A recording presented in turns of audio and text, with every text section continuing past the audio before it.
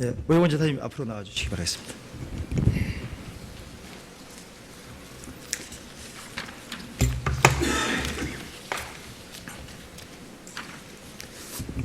네, 지사님 반갑습니다.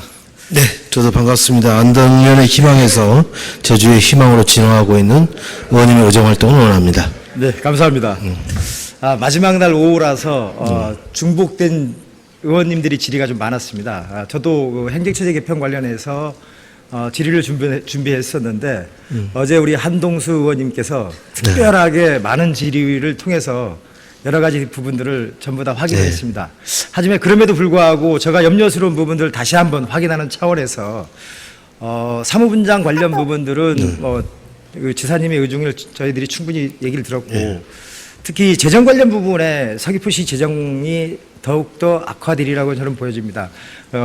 시군세 관련 부분이라든지 자치구세를 도입하더라도 불가피하게 서귀포시는 재정 여건이 더욱더 악화될 것이라고 저는 보여지는데 여기에 따른 부분들 또 지사님께서 한 번 더 서귀포시가 재정에 관련되어 있는 부분 걱정 안 해도 되겠다는 어떤 답변이 좀 필요한 것 같아서 한 번만 짚고 넘어가려고 합니다. 물론 세입 부분에 있어서는 인구수의 차이, 그렇지만 인구수의 차이를 우리가 생각했던 예전에 비하면 예를 들어서 남자주군 또 서귀포시, 제주시 북제주군이 있었을 때에 비하면 그 인구수의 차이는 아주 최소화될 것이라고 생각합니다. 그러면 그 당시보다 세입의 차이가 크지 않을 거다라는 생각이 있고요.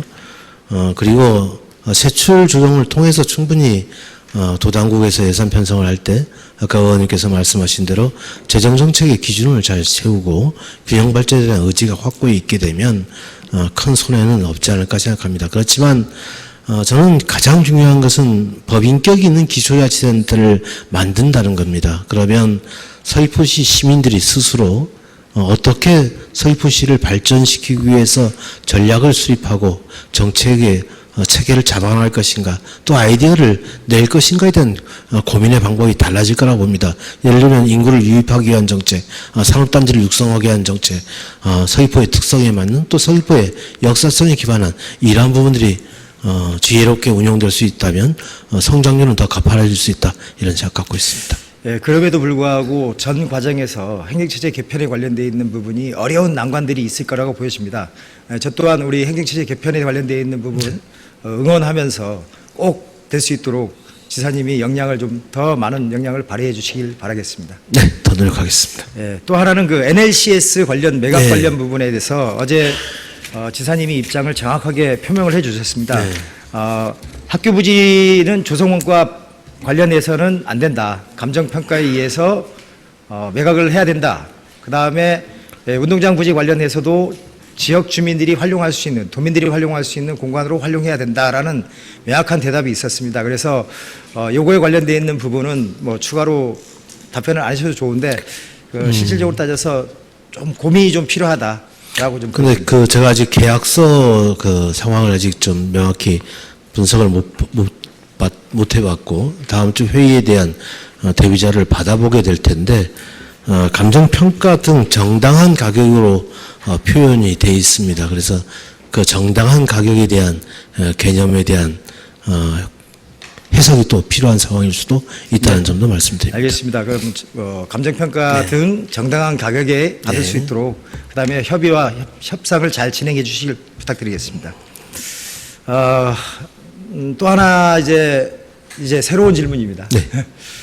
지금 제주도가 중점적으로 추진하고 있는 에이펙 관련 부분에서 굉장히 유치전에 많이 들어가고 많은 홍보들이 이루어졌습니다. 그래서 2023년 1월부터 시작해서 뭐 범도민 추진위원회 발표, 그 다음에 각종 건의문 전달, 음악회, 뭐 전담 TF팀 조직 등을 통했고, 그 다음에 그 외국 그 7개 도시에서도 저희들이 지원한 지지 성명을 발표하는 등 굉장히 많은 부분들이 진행되어 왔는데 지금 현재 유치 관련 부분들이 어떻게 홍보되고 추진되고 있는지.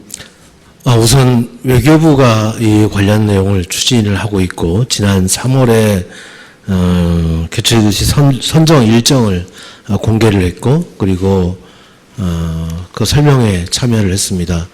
그래서 아직까지 파악한 바로는 저희 제주특별자치도와 인천광역시 그리고 경상북도 경주시가 참여하게 될 것으로 전망하고 있습니다. 부산은 이와 관련해서는 예. 입장을 밝히지 않고 있기 때문에 세 군데 경쟁이 있을 거라고 생각합니다. 내일 유치 신청서를 외교부에 공식적으로 접수하는 마지막 데드라인입니다.